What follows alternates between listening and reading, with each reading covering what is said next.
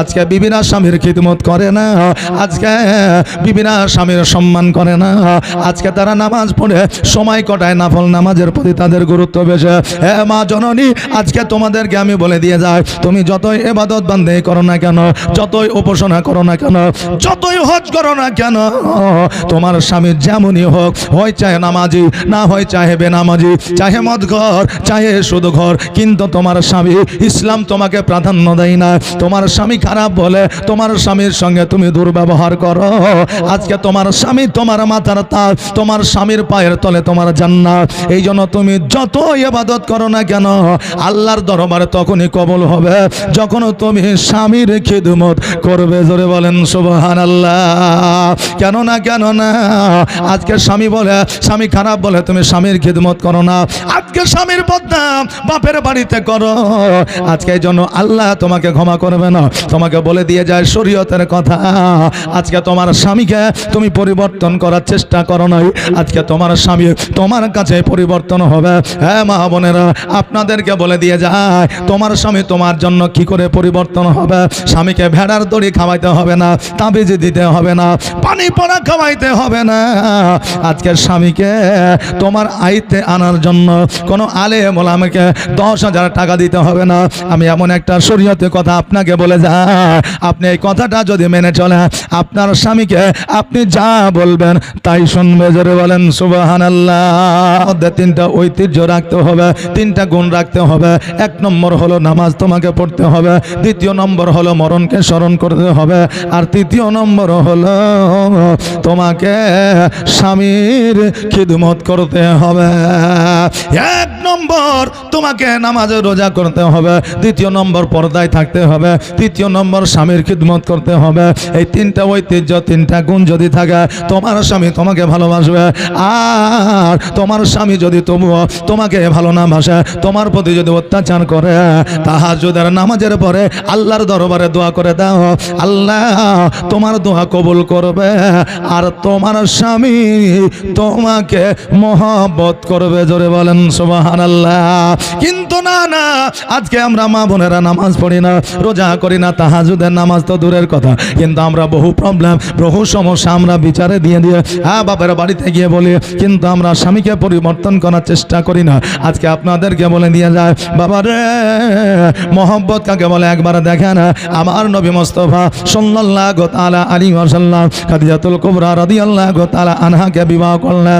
বিবাহ করার পরে আমার নবী যে রাস্তা দিয়ে চলে যায়, মক্কা নগরের মানুষেরা বলে, দেখ রে দেখ, আজকে মোহাম্মদ, যার বাপ নাই, যার মা নাই, যার জমি নাই, যার জায়গা নাই, যার অট্টালিকা নাই, যার সম্পদ নাই, আজকে খাদিজাকে বিবাহ করে সমস্ত সম্পত্তির মালিকানা নিয়েছে। আজকে খাদিজাকে বিবাহ করে রাজত্বের মালিকানা নিয়েছে। আজকে খাদিজাকে বিবাহ করে সোনা দানা মণিমুক্তার মালিকানা নিয়েছে। মোহাম্মদ, আজকে তোমার জমি ছিল না, জায়গা ছিল না, টাকা ছিল না, পয়সা ছিল না, আজকে খাদিজাকে বিবাহ করে তুমি সমস্ত সম্পত্তির মালিকানা নিয়েছ। নবী আমার 2 চোখের পানি ছেড়ে দিয়ে কান্দে, আল্লাহ গো, আজকে যদি আমার মা বাবা বেঁচে থাকতো, আজকে যদি আমার দাদা আব্দুল মুত্তালিব বেঁচে থাকতো, আজকে মক্কা নগরের মানুষেরা আমাকে এই রকম কথা বলতে পারতো না। নবীজি খাদিজার বাড়িতে গেলে, যাওয়ার পরে ঘরের মধ্যে নবী আমার অঝর নয়নে কান্না করে। খাদিজা আমার নবীজের কাছে যাইয়া বলে, এগো রাসূল, আপনি এইভাবে কেন কান্না করেন? আপনার কান্না আমি খাদিজা সহ্য করতে পারি না, দয়া করে আপনি কান্নাটা বন্ধ করা। নবী আমার বলে, খাদিজা রে, আমার কান্না অতক্ষণ বন্ধ হবে না যতক্ষণ পর্যন্ত তোমার সম্পত্তি গরিব মিসকিনের মধ্যে বিলি বন্টন না করে দেবে, যতক্ষণ পর্যন্ত তোমার সোনাদানা টানা টাকা পয়সা গরিব মিসকিনের মধ্যে বিলি বন্টন করে দেবে। খাদিজা, আজকে সব কিছু তুমি দান করে দাও, আমার কান্না বন্ধ হয়ে যাবে। খাদিজা, তুমি কি পারবা না আমার জন্য তোমার সম্পত্তি দান করে দিতে? খাদিজা রে, তুমি কি পারবে না আমার জন্য সোনা দানা টাকা পয়সা দান করে দিতে? খাদিজা বলে ইয়া রাসূলুল্লাহ, ইয়া হাবিবাল্লাহ নবী গো, আজকে আপনার জন্য টাকা পয়সা ধন সম্পত্তি তো দূরের কথা, ইয়া রাসূলুল্লাহ আপনি যদি বলে আপনার জন্য আমি খাদিজা আমার শরীরে চামড়াগুলো ছিলিয়ে আপনার পায়ের তলে বিছায়া দিতে পারি। জোরে বলেন সুবহানাল্লাহ। বাবার আজকে স্বামীর জন্য আজকে খাদিজা নিজের শরীরের চামড়া স্বামীর পায়ের তলে বিছায়া দিতে চায়। আর আজকে বর্তমানে আমাদের বিবিরা লক্ষ্মীর ভান্ডারের টাকা পায়, ভুলবশত 1000 যদি খরচ হয়ে যায়, এক সপ্তাহ কথা বলা বন্ধ হয়ে যায়। এই তো বর্তমানে স্বামী আর স্ত্রীর ভালোবাসা মহব্বত। বেরাদার আমার নবী মুস্তাফা সাল্লাল্লাহু তাআলা আলাইহি ওয়াসাল্লাম যখন এই কথা বললেন রে বাবা, সঙ্গে সঙ্গে আমার খাদিজাতুল কুবরা রাদিয়াল্লাহু তাআলা আনহা সমস্ত রাজত্ব, সমস্ত টাকা পয়সা, সমস্ত জমি জায়গা গরিব মিসকিনের মধ্যে বিলি বন্টন করে দিলেন। জোরে বলেন সুবহানাল্লাহ। আমার নবী যে খাদিজাকে সঙ্গে লইয়া মরুভূমিতে যাইয়া বসবাস করতে আরম্ভ করলেন। আপনার খেজুর পাতার ছাউনি দিয়ে বাড়ি ঘর করলেন। আর বাড়ি ঘর করার পরে আমার খাদিজাকে বলতে, খাদিজা আজকে তোমার বাবা খাওয়াইলি দা সম্পত্তি পেয়ে তুমি যে সুখ পেয়েছ, তোমার বাবার অট্টালিকায় যে সুখ তুমি পেয়েছ, আজকে হয়তো আমার জীর্ণ কুটিরে সেই সুখ পাওয়া যায় না। খাদিজা বলে ইয়া রাসূলুল্লাহ আমাকে এই কথা বলে আমাকে লজ্জিত করবেন না নবী গো, আজকে আমার বাবার দাও অট্টালিকায় যে সুখ যে শান্তি আমি খাদিজা পেয়েছি নবী গো, তার চাইতে কোটি কোটি গুণ বেশি শান্তি আপনার জীর্ণ কুটিরে পাওয়া যায়। জোরে বলেন সুবহানাল্লাহ। বাবারা, স্বামী আর স্ত্রীর মধ্যে যদি মহব্বত থাকে গাছতলাতেও বসবাস করা যায়, আর মহব্বত যদি না থাকে পাঁচতলাতেও শান্তি পাওয়া যায় না। বর্তমানের ভালোবাসা অভাব যখন দরজায় এসে দাঁড়ায়, মামাদের ভালোবাসা জানালা দিয়ে পালাই রে বাবা। কিন্তু স্বামী স্ত্রী মহব্বত কাকে বলে একবার আপনাদের জানায় বুঝায় দিতে যাই। আমার নবীজি বলে খাদিজা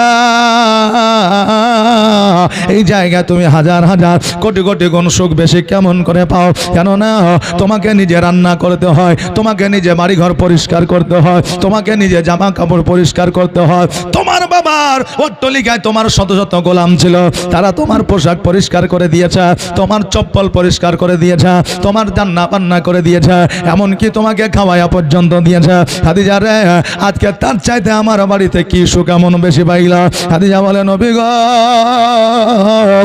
আমার বাবার অট্টালিকায় টাকা পয়সা ধন সম্পত্তির সুখ ছিল, কিন্তু এই জীর্ণ কুটিরে আল্লাহর রহমতে সুখ আমি পেয়েছি। জোরে বলেন সুবহানাল্লাহ। নবী যে আজকে আমাকে এই কথা বলিয়েন না। আমার নবী বলে খাদিজা আজকে যে তুমি রান্না বান্না করো, এই রান্না বান্নাটা আমি নবী তোমাকে শিখিয়েছি। আমার খাদিজা বলে ইয়া রাসূলুল্লাহ, ইয়া হাবিবাল্লাহ নবী গো, আমি রান্না জানতাম না, রান্না জীবনে করি না, আজকে আপনার কাছ থেকে আমি রান্নাটা শিখেছি। ইয়া রাসূলুল্লাহ, ইয়া হাবিবাল্লাহ নবী গো, আমি রান্না শিখে গিয়েছি, তারপরেও আপনি আমার সঙ্গে কেন রান্না করে?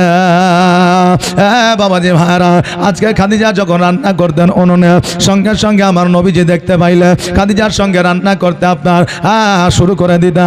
খাদিজা বলতেন নবী গো আপনি একটু আরাম করেন, আমি রান্নাটা করি। নবী আমার বলতেন খাদিজা আজকে তুমি কষ্ট করে রান্না করবে, আমিও তোমার সঙ্গ দিব। এটাই ছিল স্বামী আর স্ত্রী রে বাবা। আমার খাদিজাতুল কুবরা রাদিয়াল্লাহু তাআলা আনহা একদিন রান্না বান্না করলেন, নবীজিকে লইয়া একসঙ্গে খাইতে বসলেন। একই থালি একই খাবার, অন্য থালা নয়। আমার নবী যে খাদিজাকে বাবা খাওয়া দিলেন, আর খাদিজা আমার নবীজিকে খাওয়া দিলেন। বাবারে আপনারা বলবেন হুজুর এইরকম করে ইতিহাসে কি লেখা আছে? বেরাদার, আজকে রাবিরা এর চাইতে বড় বড় আপনার কাহিনী আপনার লিখে দিয়েছে। আমার নবীজি প্রায় আপনার ঘন ঘন খাদিজার কোল মুবারকের উপরে মাথা দিয়া আরাম করতেন আর বাবা গল্প করতেন। এই জন্য আমার নবীজির উম্মাত থেকে আমার আল্লাহ তাবারাক তাআলা অফার দিয়ে দিয়েছে।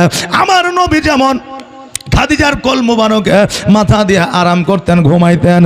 ওই রকম পৃথিবীতে নবীর উম্মতে যদি বিবির কোলে মাথা দিয়ে যদি আরাম করে, আমি আল্লাহ ওই স্বামীর নেকির খাতায় একটা মাকবুল হজের সব দান করে দিয়ে। জোরে বলেন সুবহানাল্লাহ। বেরাদার, আমার নবীজি বলতে আছে, খাদিজা আজকে যে রান্নাটা করেছ অতি সুন্দর হয়েছে, আজকে যে রান্নাটা করেছ অতি সুন্দর হয়েছে, এত টেস্ট লাগে, এত খেতে সুন্দর লাগে। খাদিজা আজকে তুমি এত সুন্দর রান্না কেমন করে শিখে গেছ? খাদিজা মুচকে হাসি দিয়া বলো, নবী গো, এই রান্নাটা আমি করেছি ঠিকই, কিন্তু ওসিলা ছিল আপনার। জোরে বলেন সুবহানাল্লাহ। নবী আমার বলেছে, উম্মতের আরে তোমার বিবি যতই খারাপ করে রান্না করুক না কেন, মাঝে মধ্যে তোমার বিবির খারাপ ওই রান্নাটা তুমি নাম করে দেবে, ওই রান্নাটার সুনাম করবে, পরবর্তীতে তোমার জন্য ভালো করে আরো সুস্বাদু করে রান্না করবে। মহব্বত দিয়া অনেক কিছুই পাওয়া যায়, যেটা তালওয়ারের আঘাত দিয়াও পাওয়া সম্ভব হয় না। আজকে যদি বিবির সবজি তরকারি যদি খারাপ হয়, ওই বিবিকে যদি চোখ রাগায়া মুখ ফুলাইয়া যদি এতদিন ধরে রান্না করছে, রান্নাকে শিখিসনি, লবণ হয়েছে তুই কি দেখতে পাসনি, পরের দিন বিবি ভালো করে রান্না করবে না, ও রেগে যাবে। কারণ ইগো আপনারও আছে, ওরও আছে। এবার ও রেগে গিয়ে পরের দিয়ে আরো বেশি করে লবণ দিয়ে বলবে, মিনসা কালকে তুই আমাকে বকেছিস, আজকে জেনে শুনে লবণ দিলাম, খাবি কত খা। কথা বলেন না? যদি চোখ দেখায় বলে আর যদি মহব্বত দিয়ে বলে, ওই বিবি বলবে, আল্লাহ গো, কালকে আমার স্বামী খেতে পাই নাই, আজকে এত সুন্দর করে রান্না করব যাতে আমার স্বামী খাইলে আমি খুশি হব। বাবারে, মহব্বত দিয়ে কথা বললে মানুষ পরিবর্তন হয়, রাগারাগি করে মানুষকে পরিবর্তন করা যায় না। বেরাদা, আমার নবীজি বলে দিয়েছে, তোমরা বিবিদের প্রশংসা করো, পোশাকের প্রশংসা করো, সাজগোজের প্রশংসা করো, রান্না বান্নার প্রশংসা করো, কাজকর্মের প্রশংসা করো। কারণ একটা বিবি স্বামীর প্রশংসায় খুশি হয়, জগতের কোনো মানুষের প্রশংসায় খুশি হয় না। আজকে বিবি আপনার যদি খুব সুন্দর করে সেজে গুজে রাস্তায় বেরোয়, জালসার মেলাতে বেরোয়, এখন পরপুরুষ যদি বলে, ভাবি খুব সুন্দর লাগছে, আচ্ছা বলেন ওকে থাপড়াবে কি থাপড়াবে না? যে যত পরের বিবি। আর ওই বিবি যদি স্বামীকে বলে, স্বামীকে কেমন লাগছে, আর স্বামী যদি বলে ভেরি নাইস, খুব সুন্দর লাগছে, দেখবেন বিবি খুশি হয়ে যাবে। কারণ এটা হালাল সম্পর্ক, আর ওইটা হলো এটা হলো হালাল সম্পর্ক, আর ওইটা হলো হারাম সম্পর্ক। বেরাদার, হারাম সম্পর্কে কোনো মানুষ পরিবর্তন হয় না, হালাল সম্পর্কে মানুষ পরিবর্তন হয়ে যায়। বাবাজি ভাইরা, আমার নবীজি বললেন, তোমরা বিবিদের প্রশংসা করবে, বিবিরা খুশি হবে, আর বিবিরা যদি খুশি হয়ে যায় আমার আল্লাহ খুশি হবে। কারণ এই বিবিদের মান ও সম্মান ইজ্জতকে আমার আল্লাহ বাড়িয়ে দিয়েছে। জোরে বলেন সুবহানাল্লাহ। তবে আজকে গিয়ে বাড়িতে প্রশংসা করিয়ান না, নইলে খবর আছে। কথা বললেন এখন লয়, কারণ হলো ওরাও জালসা শুনলে আপনিও শুনলেন। এক জায়গায় জালসায় বলেছিলাম বিবিদের প্রশংসা করতে হবে। এক যুবক বাড়িতে গেছে, যাওয়ার পরে বিবি খেতে দিয়েছে, এখন বলছে মৌলবি বলেছে বিবির প্রশংসা করলে বিবি খুশি হয়, আজকে আমার বিবিকে খুশি করে দিব। এই জন্য বিবিকে বলছে, বিবিরে আজকে যে সবজিটা রান্না করেছে খুব সুন্দর, ভেরি নাইস, ভেরি বিউটিফুল। তো এখন বিবি আপনার মুখ বিবি আপনার মুখ ভারী করে বসে আছে, বলছে বিবি, মৌলবি বলল বিবির প্রশংসা করলে খুশি হয়ে যায়, মুখটা কেন বেজার হয়ে গেল? বিবি বললে, স্বামী গো, আজকে 11 বছর বিয়ে হয়েছে, জীবনে কোনোদিন আমার সবজি, আমার খাবারের সুনাম করো নাই, আর আজকে মাগরিবের পরে যেই পাশের বাড়ির ভাবি সবজিটা দিয়ে গেছে, অমনি বলছে অতি সুন্দর হয়েছে। কই আমার সবজি তো একদিনও প্রশংসা করো না। এই জন্য বাবা বাড়িতে গিয়ে প্রশংসা করবেন না, 10 দিন 20 দিন 1 মাস পার হবে, তারপরে বলবে। নইলে আমাদের মা বোনেরা এমনও কথাই আছে জীবনেও ভোলে না। আবার আজকে রাত্রিবেলায় বাইকে চাবি দেবে, কালকে সকালবেলা বিছানাকে আপনার তন্ন তন্ন করে দিবে, চাবি কোথায় রেখেছে এইটা বলতে পারবে না।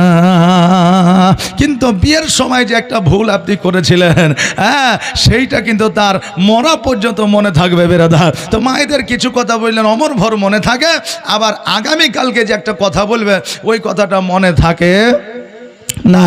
একজন বলছে যে হুজুর, আমি যখন নতুন বিয়ে করেছিলাম তো আমার বিবিকে বলেছিলাম যে আমরা রাস্তার মোড়ে বসেছিলাম, তো একজন বাইকে করে একজন বিবিকে নিয়ে যাচ্ছে, তো আর বিবিটা বাইক থেকে পড়ে কে কত লেগেছে এই কথাটা আমি বিবিকে এসে বলেছিলাম, আমার স্ত্রীকে। তো 40 বছর পরে ওর হাঁটুতে ব্যথা। তা আমি বললাম তোমার তো সব কথা মনে থাকে না, তো আজকেই তোমাকে বলে দিচ্ছি, আগামীকালকে ডাক্তারখানা যেতে হবে। তো বলছে হ্যাঁ গো, হাঁটুতে যে খুব ব্যথা করছে। তো কেন করছে? তা আমি বললাম বয়স হয়েছে, ক্যালসিয়াম কমেছে, হয়তো কাজ কাম বেশি আছে যেন ব্যথা করছে, তো ওই এমনি সেরে যাবে। তো তখন ঘুরিয়ে বিবি বলছে ও আমি যে তোমার সাথে সংসার করলাম 40 বছর, আমার ওপর দয়া মায়া নাই। আর ওই সেদিন বাইক থেকে একটা মায়া পড়ে গেছিল, ওর ওপর খুব মায়া হয়েছিল। তো বলছে হুজুর সব ভুলে যায়, মনে থাকে না, ওকে ভুলে ডাকি, কিন্তু সেই দিনকার কথা আমার মনে আছে। এইরকম মা বোনেরা আমাদের বাবা ঘরে ঘরে আছে, এমনও কথা তারা বলে না, আবার এমনও কথা তাদের মনে থাকে না বাবারে। কিন্তু আমার খাদিজাতুল কুবরা রাদিয়াল্লাহু তাআলা আনহা ইনি একজন নারী ছিলেন। ওই খাদিজা বলতেছে স্বামী গো, আজকে যে আপনি প্রশংসা করলেন আমার সবচেয়ে ভালো লেগেছে, আপনাকে ভালো লেগেছে মানে আমি খাদিজা আমাকেও ভালো লেগেছে। জোরে বলেন সুবহানাল্লাহ। বাপজি ভাইরা, ওই খাদিজাতুল কুবরা রাদিয়াল্লাহু তাআলা আনহার সঙ্গে আমার নবী যে সংসার চালু করলেন, সংসার জীবন আপনার যেন আপনার পার করতে আসার হঠাৎ করে আমার খাদিজা যেন একদম অজ্ঞান হয়ে গেল। আর অজ্ঞান হয়ে যাওয়ার পরে আমার ফাতেমা জোহরা রাদিয়াল্লাহু তাআলা আনহার বাবা 13 বছর বয়স আমার নবীর কাছে ছুটতে গেল। যাওয়ার পরে বলে ইয়া রাসূলুল্লাহ, ইয়া হাবিবাল্লাহ, নবী গো জলদি করে বাড়ির দিকে চলেন, কারণ আমার মা অজ্ঞান হয়ে জমিনের মধ্যে পড়েছে। নবী আমার মসজিদ থেকে সঙ্গে সঙ্গে বিবির কাছে গেলেন। বিবির কাছে যাওয়ার পরে আমার নবী যে খাদিজার মুখে পানি ছিটা দিলেন, আর খাদিজার জ্ঞানটা যেন ফিরে গেল। নবী আমার বলে খাদিজা তোমার শরীরে রোগ নাই, বালা নাই, মুসিবত নাই, জ্বর নাই, জ্বালা না, তবুও তুমি অজ্ঞান হয়ে জমিনের মধ্যে কেন পড়ে যাও? খাদিজা বলে নবী গো আমার শরীরে রোগ নাই, বালা নাই, জ্বর নাই, জ্বালা নাই, এটা আমি জানি, কিন্তু আপনি আমাকে কবর সম্পর্কে একদিন বলেছিলেন ইয়া রাসূলুল্লাহ, জাহান্নাম সম্পর্কে বলেছিলেন। ওই কবর ওই জাহান্নাম যখন আমার মনে পড়ে যায় আমি খাদিজা অটোমেটিক অজ্ঞান হয়ে যায়। আহারে ওই খাদিজা যে জান্নাতের সার্টিফিকেট জগতে পেয়েছিল, ওই খাদিজা যার জীবনে গুনাহ ছিল না, ওই খাদিজা যে নবীর বিবি ছিলেন, যেই খাদিজা জান্নাতের রানী ফাতেমার মা ছিলেন, ওই খাদিজা কবরের কথা শুনিয়া, জাহান্নামের কথা শুনিয়া যদি অজ্ঞান হয়ে যায় তবে আমাদের কি হইতে পারে? কারণ আমরা এক ওয়াক্ত নামাজ পড়ি না, আল্লাহ আল্লাহ জিকির আজগার করি না, আর রমজান মাসে রোজা রাখি না, ঈদের দিনে মসজিদে যায়, অনেকে যায় না, শুধু ঈদগার মসজিদগার নামাজে যাইয়া ঈদের নামাজটা পড়ে আসা যায়। তবে অনেকের সঠিক নামাজ হয়, আবার অনেকের সঠিক নামাজ হয় না। কথা ঠিক না ভুল? অনেকের সঠিক হয়, অনেকের হয় না। কারণ আমরা প্রথম রাকাতে 3 বার কানে হাত লাগাই, ছেড়ে দিই, চার তাকবীর আমরা হাতটা বাঁধি। তা অনেক মানুষ আছে আপনার প্রথমে আল্লাহু আকবার বলে হাত বাঁধে নিলে, আর সামনে পেছনে ডাইনে বাঁয়ে সবকে তাকায়া দেখে নিলে, বুঝলেন না? তাহলে নামাজ হলো এক মনে পড়তে হবে। নামাজ মানে আত্মসমর্পণ করা আল্লাহর দরবারে। বাবারা নামাজ জীবনে পড়িনি, নামাজ কেমন করে পড়তে হয় জানি না। ঈদগার ময়দানে যাওয়ার পরে আমরা নামাজ পড়ি না বলে একে অপরের দিকে তাকায়া দেখে, কারণ দেখা দেখি মানুষের ইবাদত বাবা হয় না। জোরে বলুন সুবহানাল্লাহ। বাপজি ভাইরা, আমার মায়েরা, আমার নবীজি বললেন খাদিজা তুমি চিন্তা করিও না, চিন্তা করিও না, জান্নাতের সার্টিফিকেট আল্লাহ তোমাকে দিয়েছে। আজকে আমি নবী তোমার কবরে জান্নাতের বিছানা আমি বিছায়া দিব। ও খাদিজা তুমি চিন্তা করিও না। খাদিজা বলে নবী গো আমি জান্নাতে যাব এটা জানি, আমি জান্নাতের সার্টিফিকেট পেয়েছি এটা জানি, তবু কবরের ডান দিকের মাটি বাম দিকের মাটির চাপের কথা যখন আমি শুনে আমি খাদিজা অটোমেটিক অজ্ঞান হয়ে যায়। বাবারে পৃথিবীর মধ্যে সব রোগের ওষুধ আছে, এমনকি ক্যান্সারেরও ওষুধ আছে, আছে, কিন্তু মানসিক টেনশন যার আছে ওই টেনশনের কোনো ওষুধ না। আরে আপনি বলবেন হুজুর গো, তখন তো ল্যাব ছিল না, ডাক্তার ছিল না, বিজ্ঞান ছিল না, তবু আমার নবীর রোগ নাই কেমন করে বলতে পারলাম? কেননা আমার নবীর চাইতে তখন কেউ বড় ডাক্তার ছিল না, এখনো না, কিয়ামত পর্যন্ত হবে না। জোরে বলেন সুবহানাল্লাহ। আমার নবীর মতো মাস্টার তখনও কেউ ছিল না, এখনো নাই, কিয়ামত পর্যন্ত হবে না। আমার নবীর সঙ্গে তুলনা পৃথিবীর কারো বাবা হবে না। আল্লাহর নবী গো, নূরের নবী গো, কোন সাধনে পাইব আপনার মন? জোরে বলেন ইয়া রাসূলুল্লাহ, একটু আওয়াজ দিয়ে বলেন না ইয়া রাসূলুল্লাহ। আল্লাহর নবী গো, নূরের নবী গো, কোন সাধনে পাইব আপনার মন? আর পাইলে আপনার দর্শন ধন্য হইবে আমার জীবন। চাই না নবী আমি সাত রাজারে ধন। আল্লাহর নবী গো, নূরের নবী গো, কোন সাধনে পাইব আপনার মন? আর পিতা আপনার আবদুল্লাহ, মাতা আপনার আমিনা, দুধমা আপনার দাইমা হালিমা। আর পিতা আপনার আবদুল্লাহ, মাতা আপনার আমিনা, দুধমা আপনার বিবি হালিমা। আর কুরাইশ বংশে জন্ম আপনার, রাত্রিতে হইলেন সাওয়ার, মেরাজেতে নবী হইলেন রওয়ানা। আল্লাহর নবী গো, নূরের নবী গো, কোন সাধনে পাইব আপনার মন? খাদিজা বলে নবী গো, আজকে আমাকে যখন আপনি বিবাহ করেছিলেন তিনটা শর্ত দিয়েছিলেন নবী গো, আমি যখন ইন্তেকাল করব আমাকেও তিনটা ওসিয়ত আপনি দেবেন। জোরে বলেন সুবহানাল্লাহ। নবী আমার বলে খাদিজা তিনটা ওসিয়তকে কি বলো? আমার খাদিজা বললেন ইয়া রাসূলুল্লাহ, আমি যখন ইন্তেকাল করব আমার গোসলটা আপনি নিজের হাতে বানায়া দেবেন। নবী আমার বলে খাদিজা, একজন নারী যখন ইন্তেকাল করে ওই নারীর গোসলটা নারীরা দেয়, আমি নবী কেমন করে তোমার গোসল দেব? খাদিজা বলে ইয়া রাসূলুল্লাহ, আমি যেই দিন থেকে আপনাকে বিবাহ করেছি সেই দিন থেকে আজকে মক্কা নগরে আরবের মানুষেরা দেখা তো দূরের কথা, এমনকি মহিলারা পর্যন্ত আমাকে দেখে না। কেমন পর্দায় ছিল মা, একবার দেখেন। খাদিজা বলে নবী গো, আজকে কোন নারী যখন আমাকে গোসল দেবে সে আমাকে দেখবে তার স্বামীর সামনে, নইলে তার ছেলের সম্মুখে, নইলে তার বান্ধবীর সম্মুখে আলোচনা করবে। ইয়া রাসূলুল্লাহ, এই আলোচনার সম্মুখীন আমি হতে চাই না। অতএব নবী গো, আপনি আমার গোসলটা বানায়া দিবে। নবী আমার বলে খাদিজা, আজকে তোমার প্রথম ওসিয়ত মেনে নিলাম, তোমার গোসলটা আমি নবী বানায়া দেব। খাদিজা বলো বলো আজকে তোমার দ্বিতীয় ওসিয়তটা কি? খাদিজা বলে ইয়া রাসূলুল্লাহ, আমার দ্বিতীয় ওসিয়ত হলো আমি যখন ইন্তেকাল করব জগতের কোন নতুন কাপড় আমাকে পরাইয়া দেবেন না, আমাকে নতুন কাফন দেবেন না, আপনার পুরানো জুব্বা মুবারক দিয়া আমার কাফন বানায়া দিবেন। নবী আমার বলে খাদিজা, আজকে ইসলামের জন্য তোমার যত সম্পত্তি ছিল দান করেছ, তোমার যত টাকা পয়সা ছিল দান করে দিয়েছ। খাদিজা রে, আজকে তুমি আমার কাছে পুরনো জুব্বা চাইছো কেন? আমি নবী নতুন জুব্বা দিয়ে তোমার দাফনের ব্যবস্থা করব।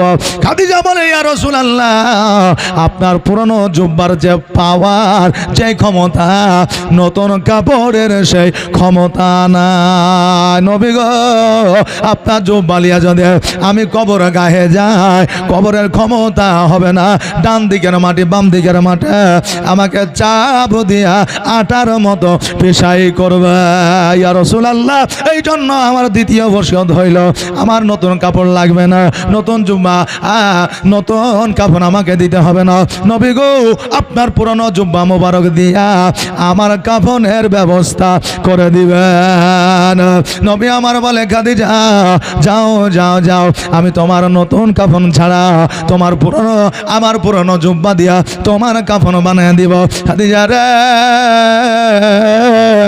তোমার তৃতীয় ওসিয়তটা বলো। খাদিজা বলে, ইয়া রাসূলুল্লাহ, ইয়া হাবিবাল্লাহ, নবী গো, আমার তৃতীয় ওসিয়তটা হইল, আমাকে যখন কবরে নামাইবেন, কোন মানুষ যেন, কোন পুরুষ যেন আমাকে কবরে না নামায়, আপনি নিজে হাতে করে আমাকে কবরে নামায়া দিবেন। আমার নবী বলে, খাদিজা যাও যাও যাও, তোমার তিনটা ওসিয়ত আমি নবী পূরণ করব। খাদিজা, আর যদি কোনো ওসিয়ত থাকে আমাকে বলো। খাদিজা বলে, ইয়া রাসূলুল্লাহ, আমার জন্য তিনটা ওসিয়তই যথেষ্ট, আমার 3000 ওসিয়তের দরকার না। আমার নবী বললে, খাদিজা তুমি চিন্তা করিও না, তোমাকে আল্লাহ তাবারক তাআলা জান্নাতের সার্টিফিকেট দিয়েছে। বাবারে, এই বলে আমার নবীজি ইসলামের প্রচার ও প্রসারের জন্য বেরিয়ে গেলে আমার খাদিজা 3 বার অজ্ঞান হয়েছিল। একমাত্র কারণ ছিল জাহান্নামকে স্মরণ করে, কবরকে স্মরণ করে। জান্নাতের সার্টিফিকেট পাওয়ার পরে কবর নিয়ে যদি এত চিন্তা করে, আমাদের কতটা চিন্তা করা দরকার, কিন্তু কবর নিয়ে আমরা ভাবি না।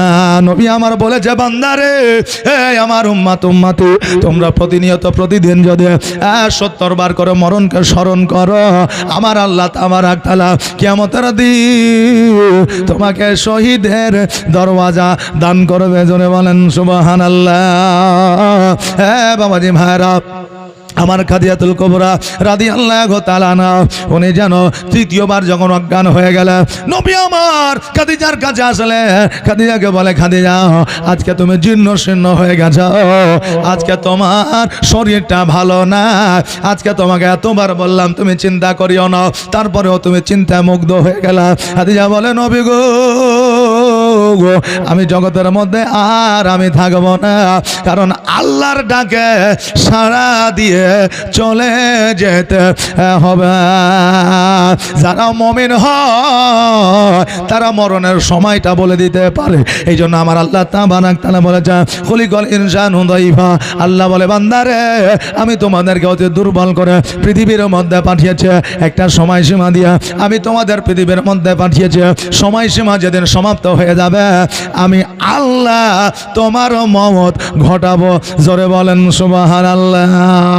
আমার খাদিজাতুল কুবরা রাদিয়াল্লাহু তাআলা আনহা বলে, ইয়া রাসূলুল্লাহ, নবী গো, আমি যে 3টা ওসিয়ত করেছে, এই ওসিয়ত 3টা আপনি পূরণ করবেন, কেননা আমি জানি আপনার মতো ভালোবাসা আমি খাদিজা আমাকে কেউ দিতে পারে না। নবী গো, তোমার মতো এত ভালো, তোমার মতো এত ভালো কেউ তো আমায় বাসে না, তাই তো নবী আমি তোমার দিওয়ানা, তাই তো রাসূল আমি তোমার দিওয়ানা।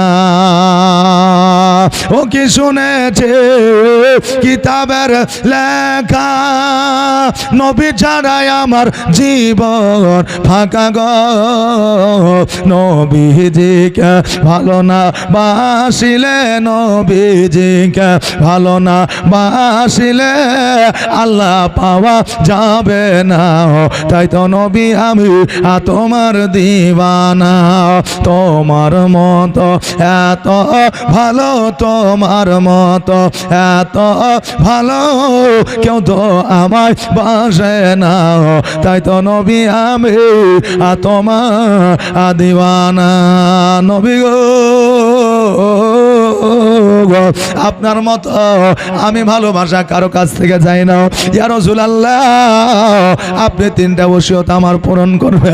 আমার খাদিজা নবীজির সঙ্গে কথা বলতে বলতে যেন বাবা কালিমা তাইয়্যিবা পড়তে আরম্ভ করেছে, লা ইলাহা ইল্লাল্লাহ মুহাম্মাদুর রাসূলুল্লাহ সাল্লাল্লাহু তাআলা আলাইহি ওয়াসাল্লাম। খাদিজা আমার নবীজির কালমা পড়ে ইহ জগৎ ছেড়ে পর জগৎ গমন করলেন। একবার আওয়াজ দিয়ে বলে ইন্না লিল্লাহি ওয়া ইন্না ইলাইহি রাজিউন। নবী আমার ওই খাদিজার জন্য অজরের চোখের পানি ফেলায়া আমার নবীজি সাহাবী কেরামগণকে ডাক দিলেন। ডাকার পরে আমার খাদিজার গোসলটা আমার নবীজি নিজ হাতে বানাইয়া দিলেন। আমার নবীজি খাদিজার গোসল বানাইয়া দেওয়ার পরে আজকে ওই নবীজি নিজের পুরনো জুব্বা মুবারক দিয়া আমার খাদিজার কাফনও বানাইয়া দিলেন। বাপজিরা রে আজকে আমার মা বোনদের জন্য 5টা কাফন বরাদ্দ। কয়টা? এই যে বলেন মা বোনদের কটা কাফন লাগে? জি 5টা। আর ছেলেদের কয়টা? 3টা। আচ্ছা বাবা বলেন আজকে মা বোনদের 5টা কাফন কেন লাগা? আমার নবী বলেছেন আমার মা বোনেরা সর্বদা পর্দায় থাকবে, পর্দায় থাকবে। একজন মা আমার ইন্তেকালের পরেও পর্দার শহীদ কবরে যায়। আরে মা তুমি জিন্দা অবস্থা কেমন করে বেপরদায় তুমি ঘুরে বেড়াও।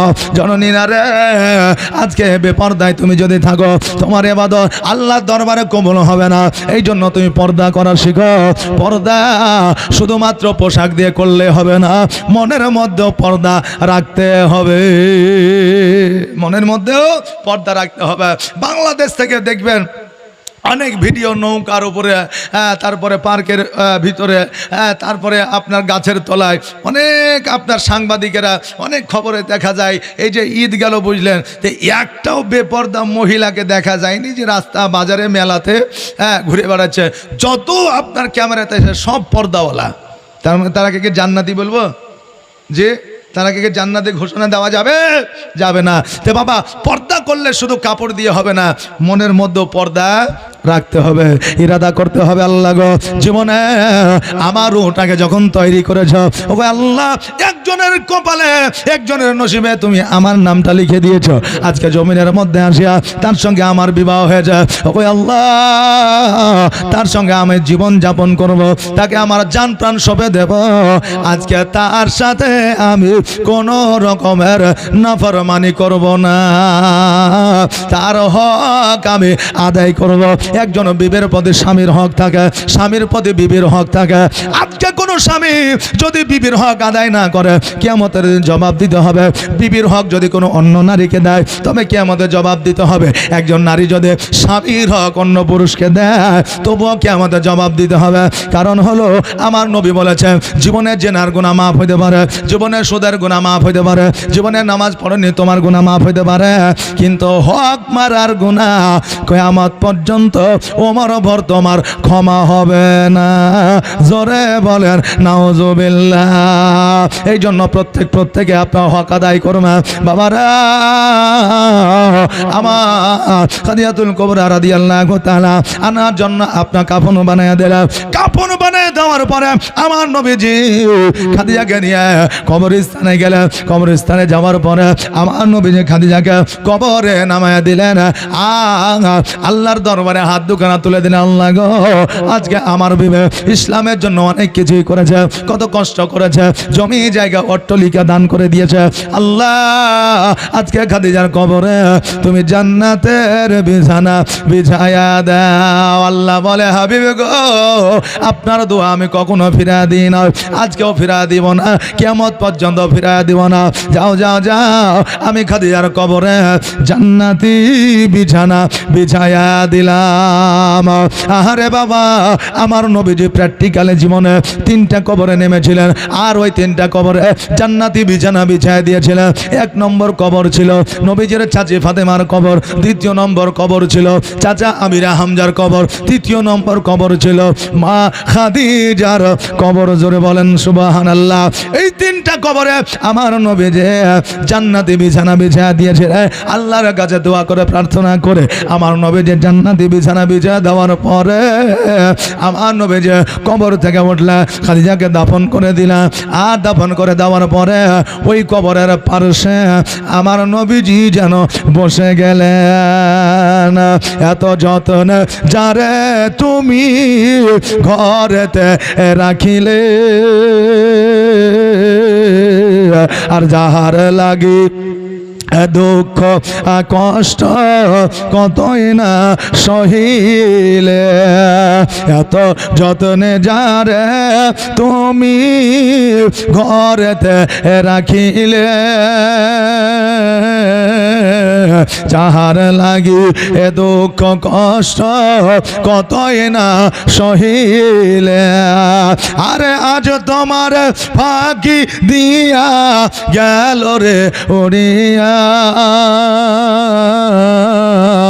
সোনার জীবন যাবে রে লইয়া, জীবনের অন্তিম কালে আজরাইল আসিয়া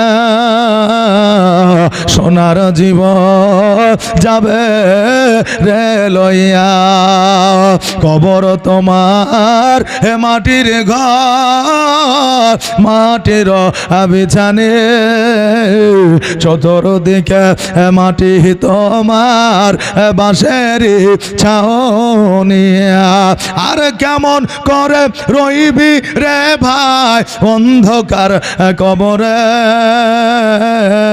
সোনার জীবন যাবে রে লইয়া। বাবজি ভাইরা, প্রত্যেকে কবরে চলে যেতে হবে, কেউ দুনিয়াতে থাকবে না। তবে দুনিয়ায় এসেছি আল্লাহর উপাসনা করব, নেকি লইয়া কবরে যাব। একবার আওয়াজ দিয়ে বলেন ইনশাআল্লাহ। বাবজি ভাইরা, আমার মায়েরা, আমার নবী মুস্তাফা সাল্লাল্লাহু তাআলা আলাইহি ওয়াসাল্লাম ওই খাদিজার কবরের কাছে বসে গেলেন। একদিন নয়, 2 দিন নয়, 3 দিন নয়, 4 দিন নয়, 7 দিন পর্যন্ত আমার নবী যে খাদিজার কবরের কাছে বসেছিলেন। বাড়িও যায় নাই, খাবারও খায় না, শুধুমাত্র খাদিজা খাদিজা বলে কেঁদেছিলেন। জোরে বলেন সুবহানাল্লাহ। আমার নবীজি বিবি খাদিজাকে কত ভালোবেসেছিলেন, আর খাদিজা নবীজিকে কত ভালোবাসা দিয়েছিলেন যে কবরে শায়িত করে দেওয়ার পরে, দাফন করে দেওয়ার পরে নবী আমার 7 দিন পর্যন্ত কবরের কাছ থেকে আসে না। আমার আল্লাহ বলে, হাবিব গো, আপনি যদি কবরের কাছ থেকে আর বাড়িতে না যান, আমি আল্লাহ জগৎকে কিয়ামত এনে দেব, দুনিয়া আর আগে আগাবো না। আমার নবী বলে, আল্লাহ গো, ইসলামের প্রচার ও প্রসারের জন্য আমি জগতে এসেছি, আজকে আমি কবরের কাছে আর থাকবো না। ইসলামের প্রচার ও প্রসারের জন্য আমি নবী বার হইয়া যাব।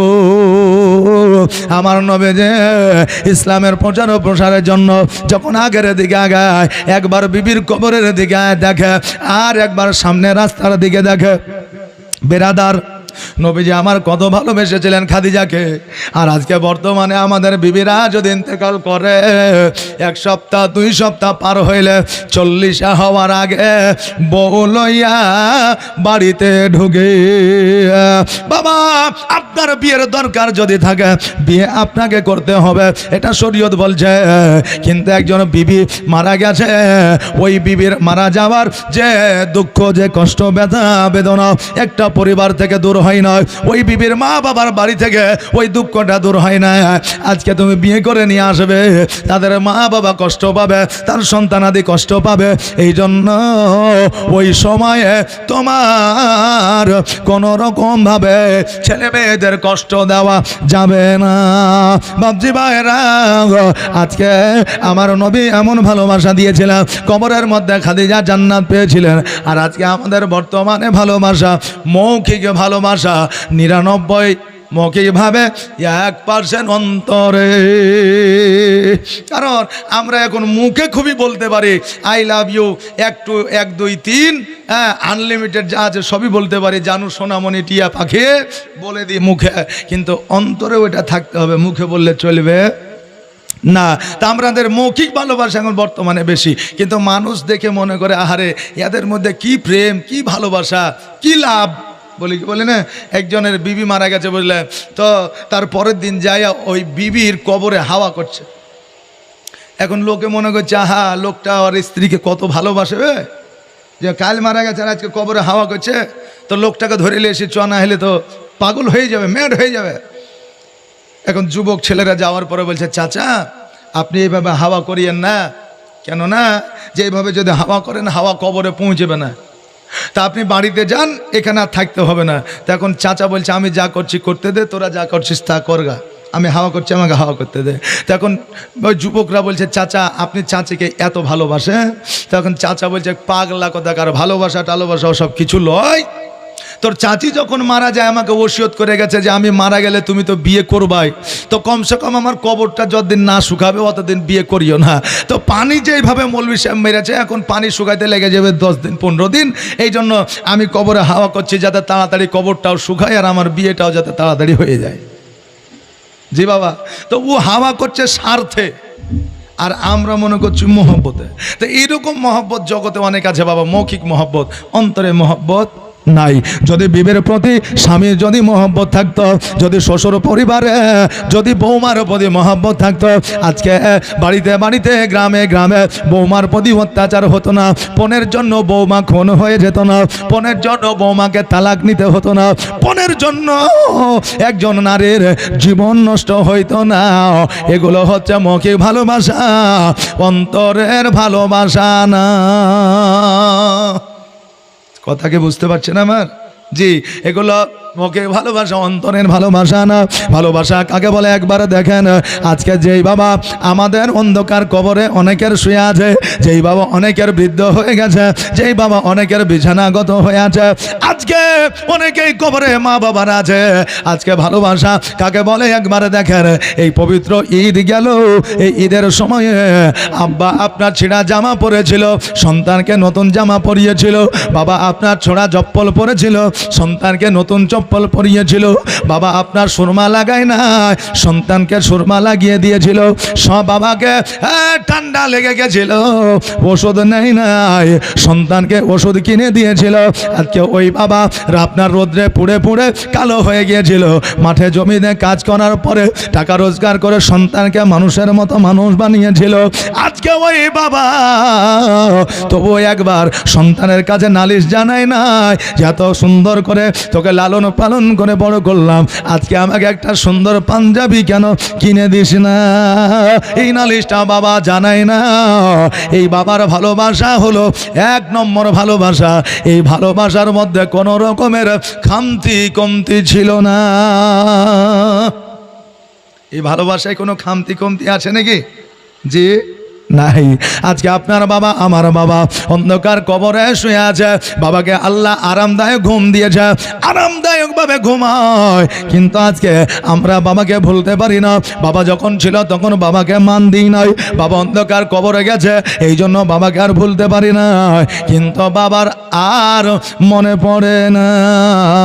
বাড়ির পাশে বাবার কবর তবু দেখা হয় না, বাবা আমার ভুলে গেলেও ভোলা তো যায় না।